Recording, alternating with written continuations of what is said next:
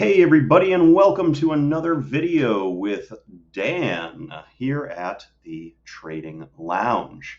First and foremost, guys, I really would like to apologize that there has been such a gap between our last video and our newest video. To be completely honest, I did not realize that there was too great of an interest in what we were doing here.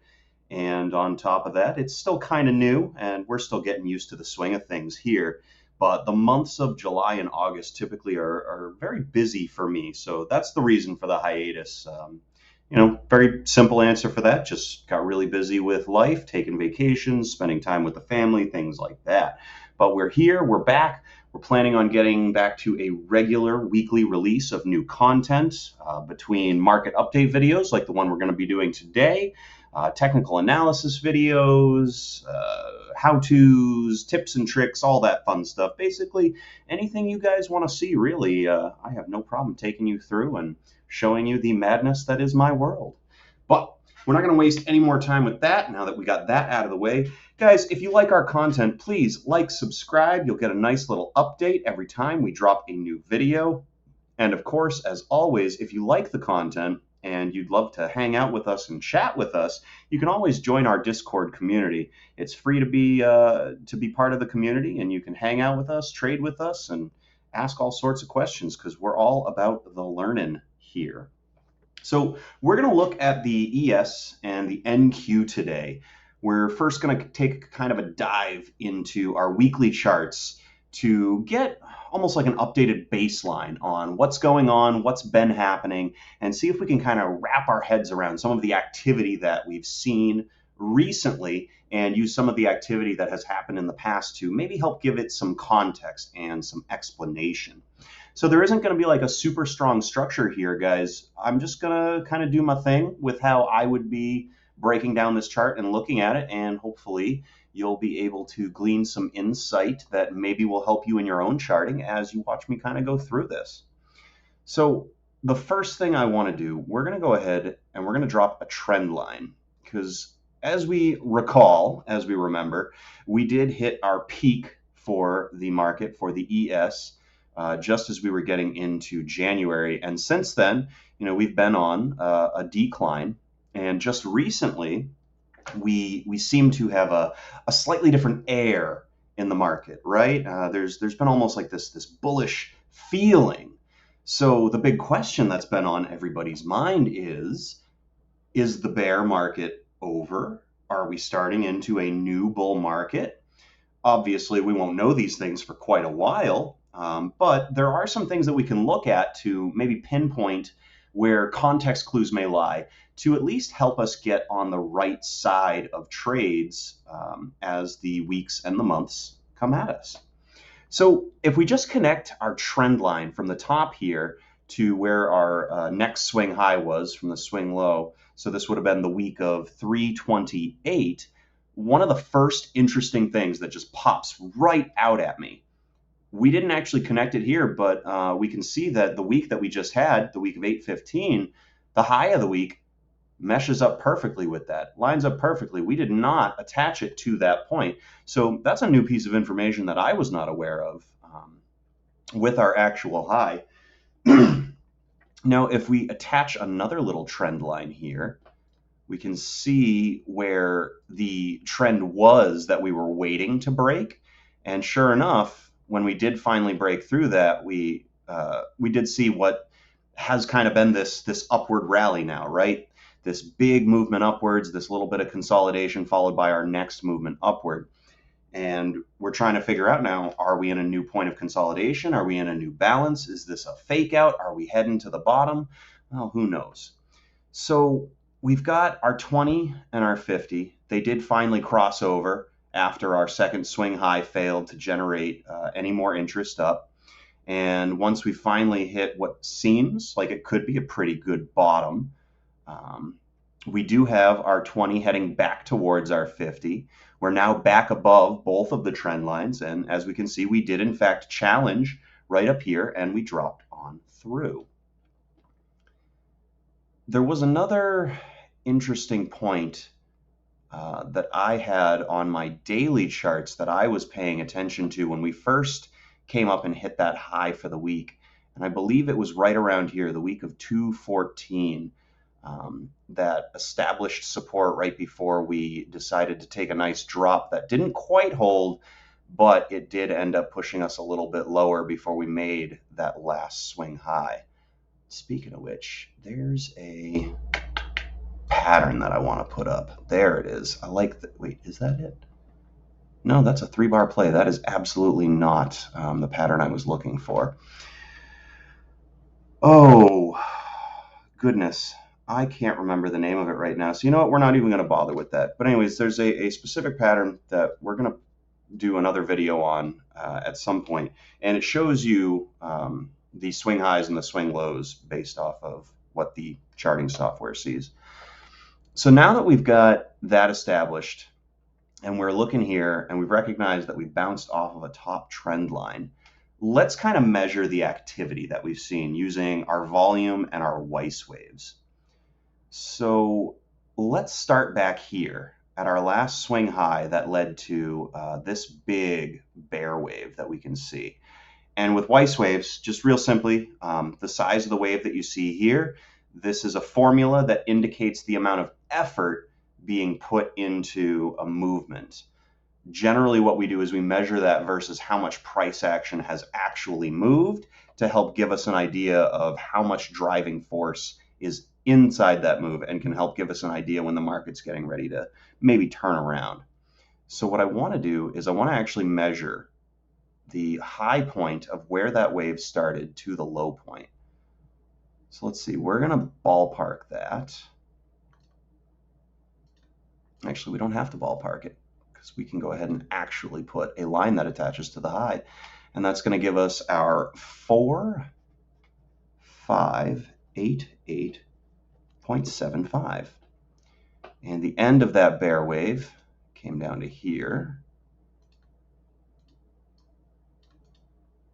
which brings us to 3807.5. So if we do some fun little math with our handy dandy calculator, for those of you playing the home game, feel free to do this equation in your head.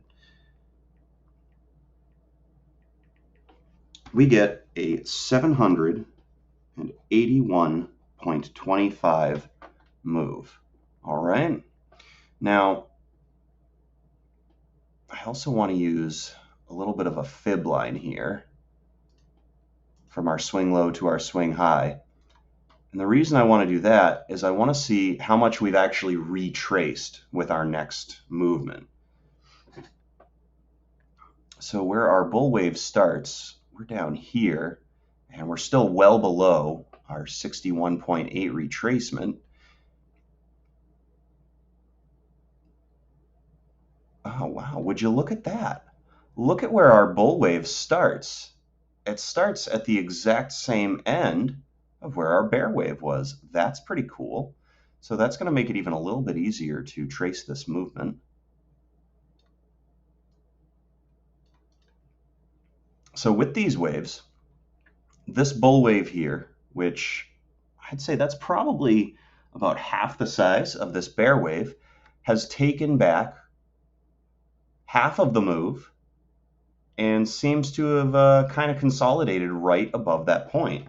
So that's pretty good for at least showing us the power of the movement versus the sell-off. So there was absolutely, just realized I'm saying so a lot. I'm going to try and nip that one in the bud before we continue. So what, and I just did it again. What we can glean from that is that there has been, real buying down here, right? This isn't just your typical short covering. So that's kind of cool. There was another thing I wanted to do with fibs. Oh, now I remember. Okay, let's look at our last drop.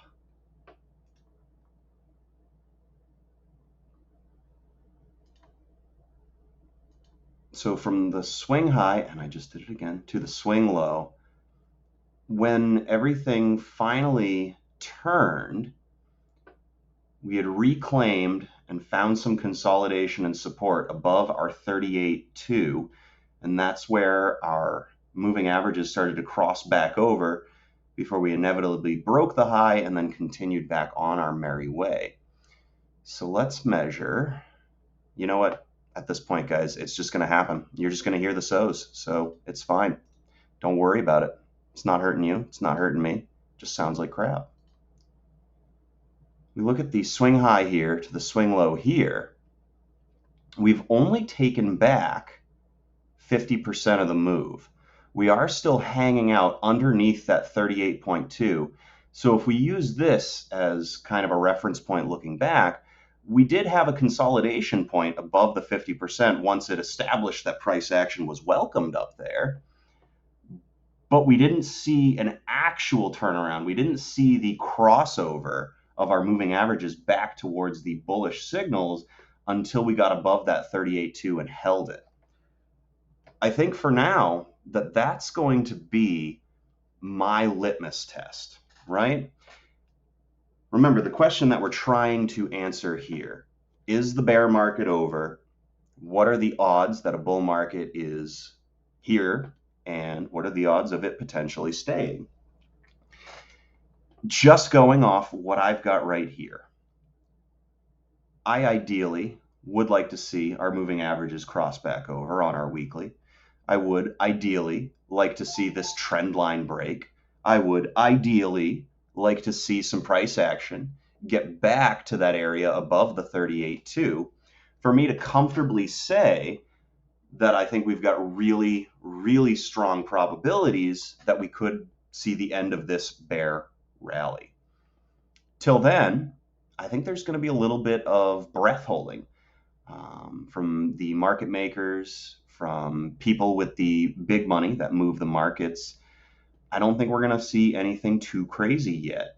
We need, or what they're waiting for, what everyone's kind of waiting for, is for that breakout, for that breakaway. We already established it right from the get-go that we did have that pushback right as we got to where our trend line is coming from our last swing high. And the reason I'm treating this as a trend line and not a channel, I'll show you real quickly. I did try this one a little bit earlier just to see if there was a channel that we could play around with. So we have significant touches to the top to work with, but when we look at where the bottom of the channel would be, there's really nothing significant, right? We can only get one touch with a lot of noise moving through it. So that's why I don't really want to establish this as a channel right now, just strictly using our trend lines. So let's get rid of that real quick. And let's look at what this is looking like from down here if we were to draw ourselves another trend line, because we got some really solid touches on this short term moving up. And now we can see that we're down here. We're getting ready to actually challenge our short-term trend. If we're going to use the last dip as maybe, a little bit of a reference of what something like that might look like, we had a pretty sharp run up to about that same area, right? So we were saying that this was right below our 50%. If you want, I'll put the fibs back up there, but I can remember that this was right around our 50, just under our 38.2. This area was right around the 50, just under our 38.2. So for history purposes, or just comparing, a big swing low and swing high, there are some similarities between these two. Obviously, there's also a lot of differences. This one happened a lot sharper, much more quick. This one definitely dragged out over a long period of time. And we never really experienced capitulation.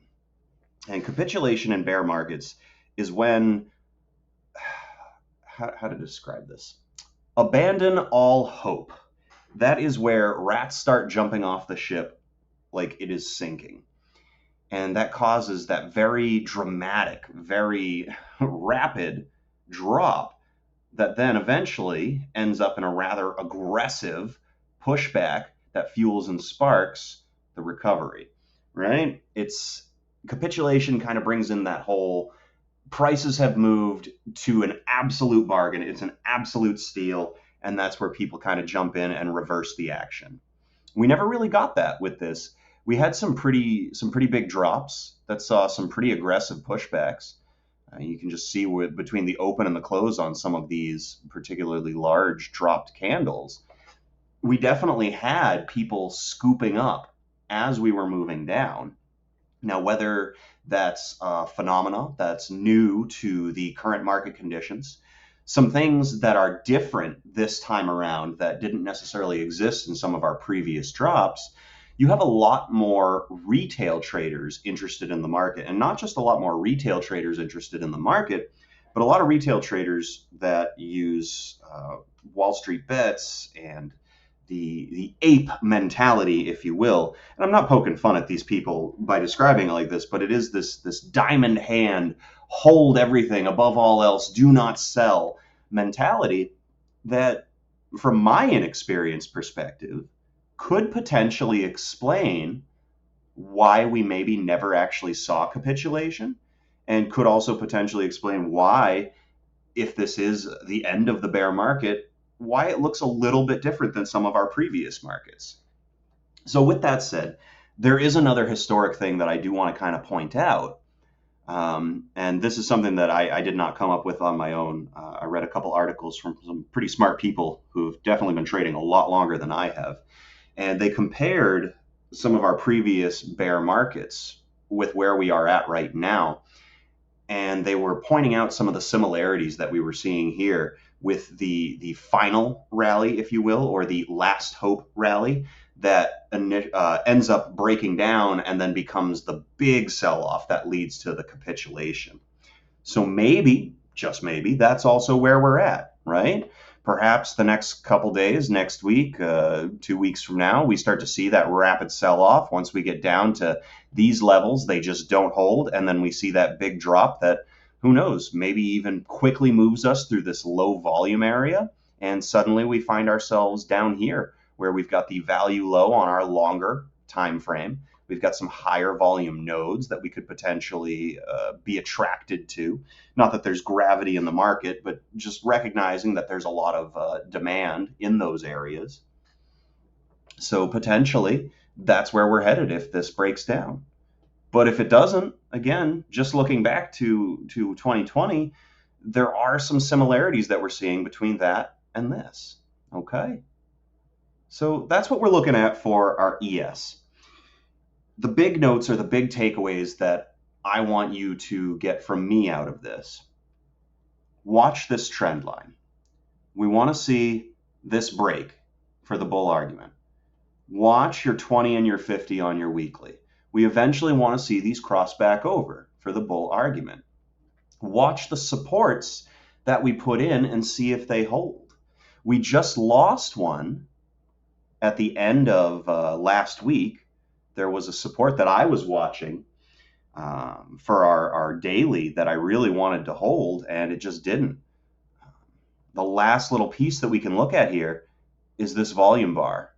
And this is the volume bar that represents last week. So despite the fact that last week made our swing high, we can also see that last week was predominantly a selling week. So if it wasn't until the last 3 days that we saw price action actually move down and retract from our daily. Actually, no, why don't we just pop over to our daily real quick so we can see that a little bit better. So here's that high that we were just talking about. So then it wasn't until the following 3 days that we really got the sell-off. So if we take the 5 days that make up the week, 1, 2, 3, 4, 5, between this right here, that was almost the entire weekly bar with selling, right? So that can tell us that price action, I mean, look at our Weiss waves here, right? Remember we were saying that these represent effort. This is very low bear effort, but look what happened to price action. We went from this swing high down to here. And if we look at our bull wave that preceded that, I mean, that's almost a 50%. Actually, why don't we not guess? Let's look at this from an actual scientific standpoint. That is exactly a 50% retracement from where our bull wave started to where we ended Friday. And look at that, barely any effort. So what that tells us is that sellers had a very easy time moving price action from that high back down to here. That tells us that there were not people excited to be buying after we hit this high and reverse. Maybe that's a sign because we hit that line. But for now, going into next week, the next few days, we really want to pay attention to this. We want to see if sellers continue to have an easy time pushing price down. That can lead to some snowballing, right? Just looking at our daily, our next big volume node where we would expect price action to revert to is right around here where we had our last consolidation zone right before we broke out, right? There was a lot of trading that happened here, a lot of trading that happened here. We finally broke out of it, and now sellers are having a very easy time pushing it back. Looks like our 200 is also going to end up lining up with the support / resistance of that area too. So that's going to be something really important for us to be paying attention to as we move into next week as well. We're looking to see if we get support down here or if we revert back to this trading zone. If we find support, that could reignite some of the buying interest, and we could see our next swing up to try and take out that trend line. Time will tell. Time will tell. So that's going to be our analysis of the ES for today. Let's move on to the NQ and see what that's looking like in comparison. So we're going to go back to our weekly view. All right, one of the first things that's kind of popping out to me as I'm seeing this, we seem to have a much steeper zone in our crossover, and the price action on the NQ has not actually breached completely through our moving average. So we have not been trading above that 50 line.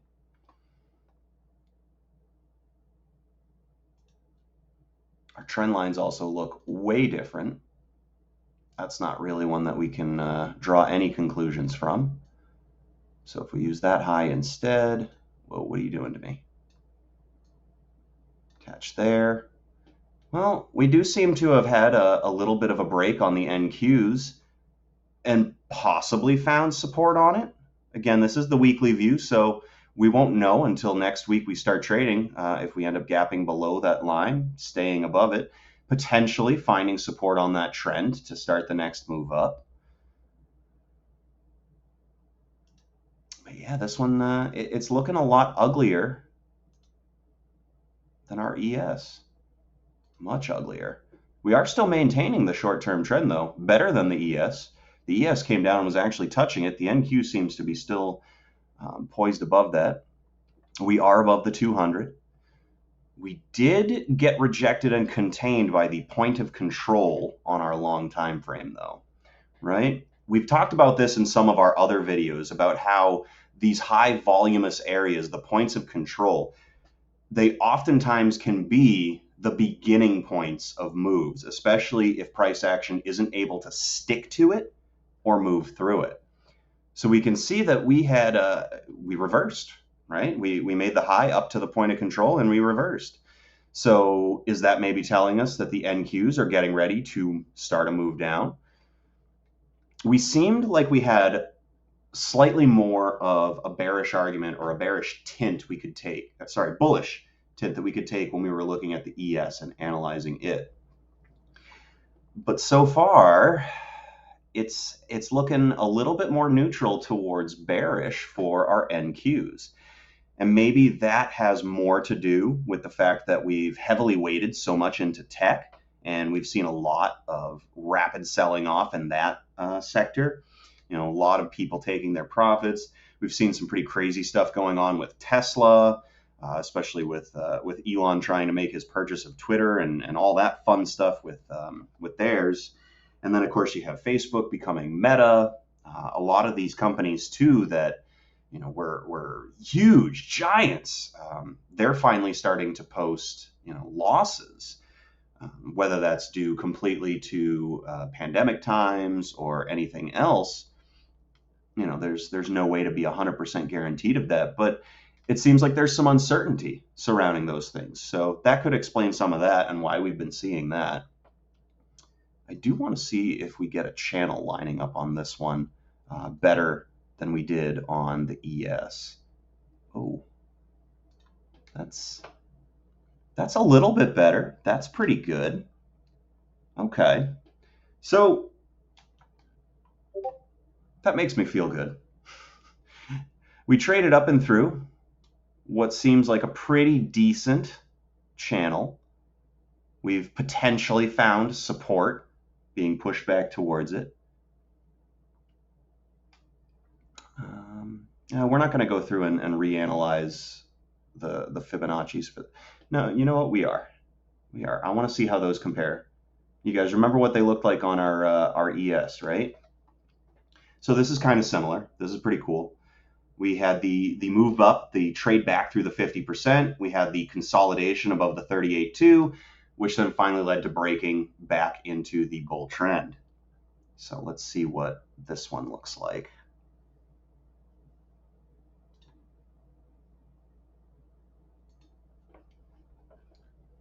So we had our final swing high, our swing low. So this is definitely not in the same spot as our EQ, our ES, right? Our ES was trading under the 38.2, but above the 50. Our NQs didn't quite reclaim 50% of the all-time high. So they're still struggling. They're still working pretty hard. Let's look at what our Weiss waves are looking like for that.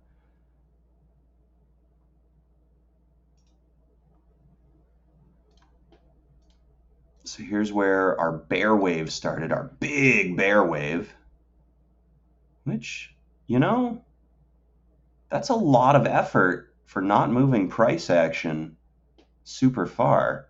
If we remember back to our ES, that bear wave started a little bit earlier in the year. It definitely was, if you just follow the pattern of swing high to swing low, it definitely was the swing high that started our trend line. So that's something that's similar.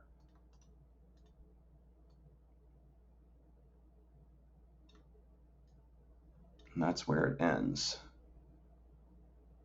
Almost exactly the same. Our bull wave starts at about the same spot.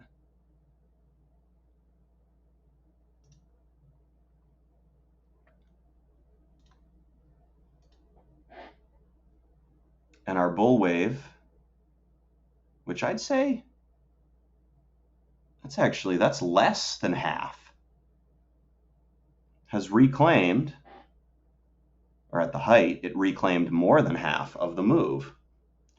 So what we can take from that is that there was some pretty good value seen down here to propel us back upwards. Let's look at where some of our other volume nodes are. Give us an idea of potentially where we may be looking to. So if we are trying to maintain a bullish argument, if we're looking at this from the perspective of the bear market's over, the market's trying to get itself set and ready for a bull market, we have a very high volume node here at our point of control. Now the cool thing about that is while we say it's very high volume, it's matched pretty closely with some other areas that aren't super far off. We would expect to see price action possibly hang out between these 2 points if our point of control does in fact contain. But realistically, just looking at our lower volume nodes, we would expect price action to find a range between this low volume node and this low volume node if we are in fact getting that pullback. So it'll be interesting to see when we first get to the 61.8 if the NQ does start pulling back to that level.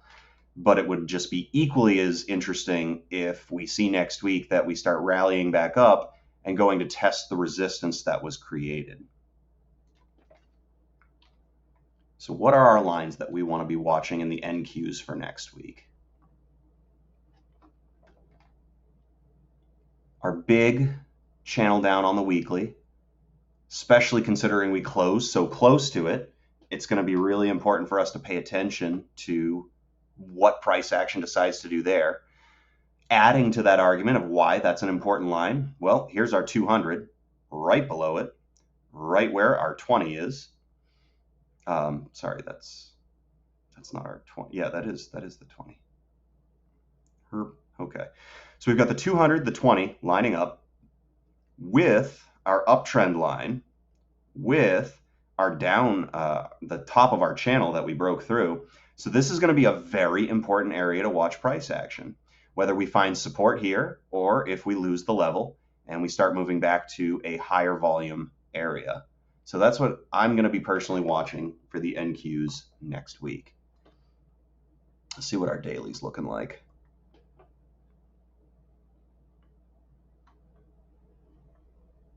So kind of similar with what we're looking at, right?